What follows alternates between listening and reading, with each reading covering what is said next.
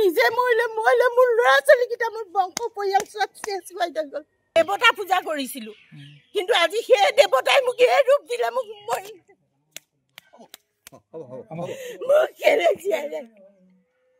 গৰু 4 দিনৰ মূৰত গোহালি চাওক আপোনালোকে কি ব্যৱস্থা কৰি থৈছে।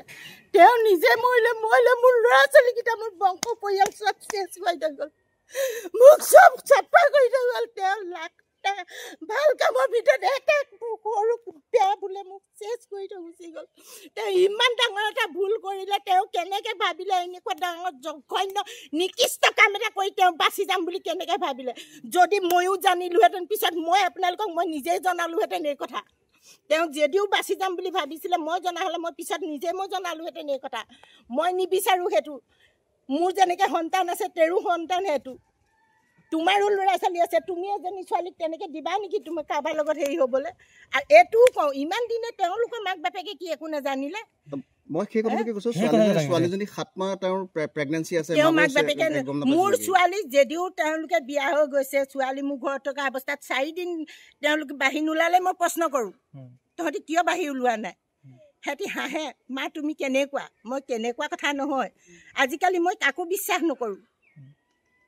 তহঁতি ছোৱালী হ'লেও মই তহঁতক কেনেকৈ বিশ্বাস কৰিম? পিছত কয়, মা তোমাৰ কথাতে আমি ভয় খাই গ'লোঁ, আমি বাহিৰ ওলালোঁ। কিন্তু তেওঁ মাকে আজি 7 মাহে কোনে জানিলেনে? 7 মাহ দিনে কোনে জানে?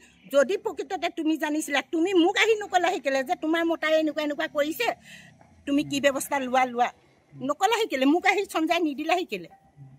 মোৰ ল'ৰাই কান্দিছে সেইদিনাখনি। যদি মোৰ পাপাই তেনেকুৱা এটা ভুল কৰিছিলে, তেনেকুৱা এটা হেৰি হৈছিলে, কেলে আগতে আমাক কথাষাৰ নজনালে? কেনেকৈ পাবলগীয়া হৈছে কওকচোন? কি ভুলৰ কাৰণে পাইছে মোৰ ল'ৰাকেইটাই সেইখিনি শাস্তি? কি কৰিছিলে সিহঁতি? কাৰ ঘৰত চুৰ কৰিছিলে? কাৰ ঘৰত ডকাইত কৰিছিলে? কাৰ ঘৰত ছোৱালী জোকাইছিলে?